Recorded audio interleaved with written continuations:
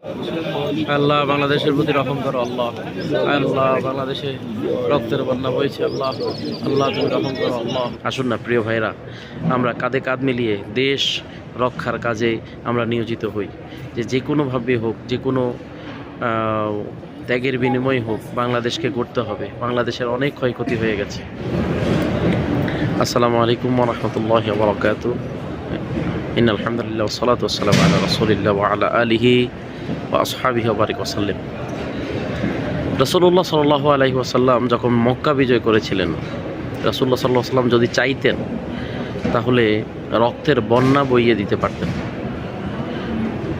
কিন্তু যখন মক্কা বিজয় হয়েছে, রাসূলুল্লাহ সাল্লাল্লাহু আলাইহি ওয়াসাল্লামের যে উদার নীতি ছিল, তিনি কোনো রক্তপাত ঘটাননি। তিনি আত্মসমর্পণ করার সুযোগ দিয়েছেন এবং কারো জান মালের কোনো ক্ষতি করেননি। আমরা জানি বাংলাদেশের মানুষ, আমরা মুখ খুলে কথা বলতে পারিনি, আমাদের পছন্দ অপছন্দ নিয়ে কথা বলতে পারিনি।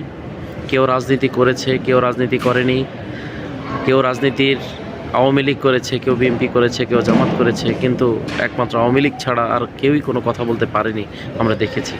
আবার আমরা যারা রাজনীতি করিনি তারাও আমরা যারা মাজলুমের পক্ষে কথা বলতে আমাদেরকে দেওয়া হয়নি, বা যাহারা কথা বলেছে সাথে সাথে সেখানে প্রোটেক্ট হয়েছে, সেখানে জুলুম নির্যাতন হয়েছে। তো আজকে আমরা যারা রাজনীতি করি না, ঠিক তাদের মাধ্যমে একটা বিজয় এসেছে।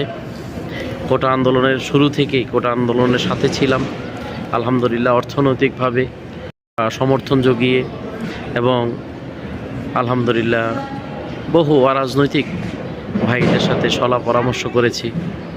কাবা শরীফ এসেছি, কাবা শরীফ এসে আল্লাহ রাব্বুল আলামিনের দরবারে কান্নাকাটি করেছি।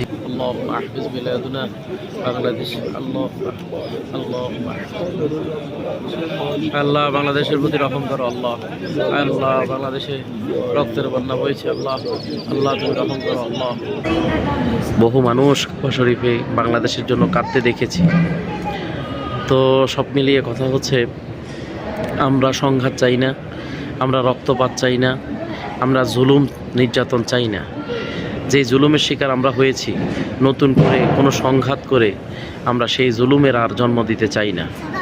যারা আমাদের প্রতি জুলুম করেছে তাদের বিচারের জন্য আমরা আল্লাহর উপর ছেড়ে দেব, এবং বাংলাদেশে আইন আছে, এই আইনের শাসন প্রতিষ্ঠা করার চেষ্টা করব। যে আইন বাংলাদেশের মানুষ এতদিন পায়নি, সে আইন যেন অবশ্যই বাংলাদেশে প্রতিষ্ঠিত হয়, এটাই হবে আমাদের প্রত্যাশা। তো সব কিছু মিলিয়ে আমি যেটা বলতে চাই, যে অনেক জায়গায় অগ্নিসংযোগের ঘটনা শুনতে পাচ্ছি, পুলিশ স্টেশন পুড়িয়ে দেওয়ার কথা শুনতে পাচ্ছি, তারপরে মানুষের ঘর বাড়ি আক্রমণ করার কথা শুনতে পাচ্ছি। যাহারা যে রাজনৈতিক দলেই থাকেন না কেন, আসলে ঘর বাড়ি পোড়াও এটা ইসলামিক কোনো কালচার নয়।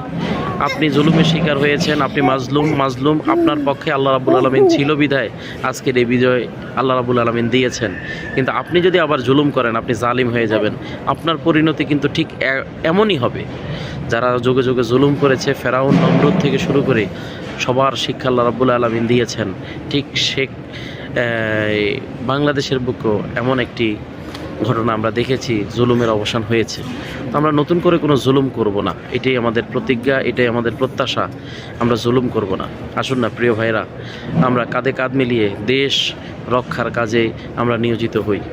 আমি ব্যক্তিগতভাবে আল জাহিদ ইসলামিয়া মাদ্রাসার চেয়ারম্যান, আমি জাহিদুল ইসলাম।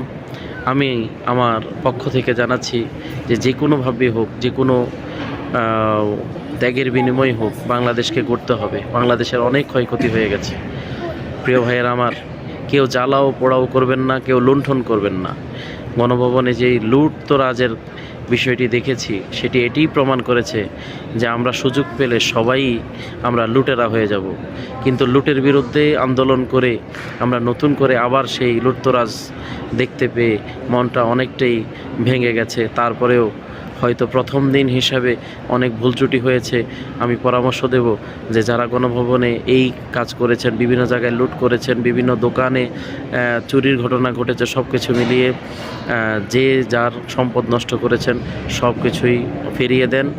গনিমতের মাল আপনারা যেই মাসালাটা উপস্থাপন করেছেন এটি আসলে সঠিক নয়। এটি বাংলাদেশের সম্পদ, রাষ্ট্রীয় সম্পদ। এই যে দেশ আমাদের, এই দেশকে অবশ্যই আমাদের রক্ষা করতে হবে। আসসালামু আলাইকুম।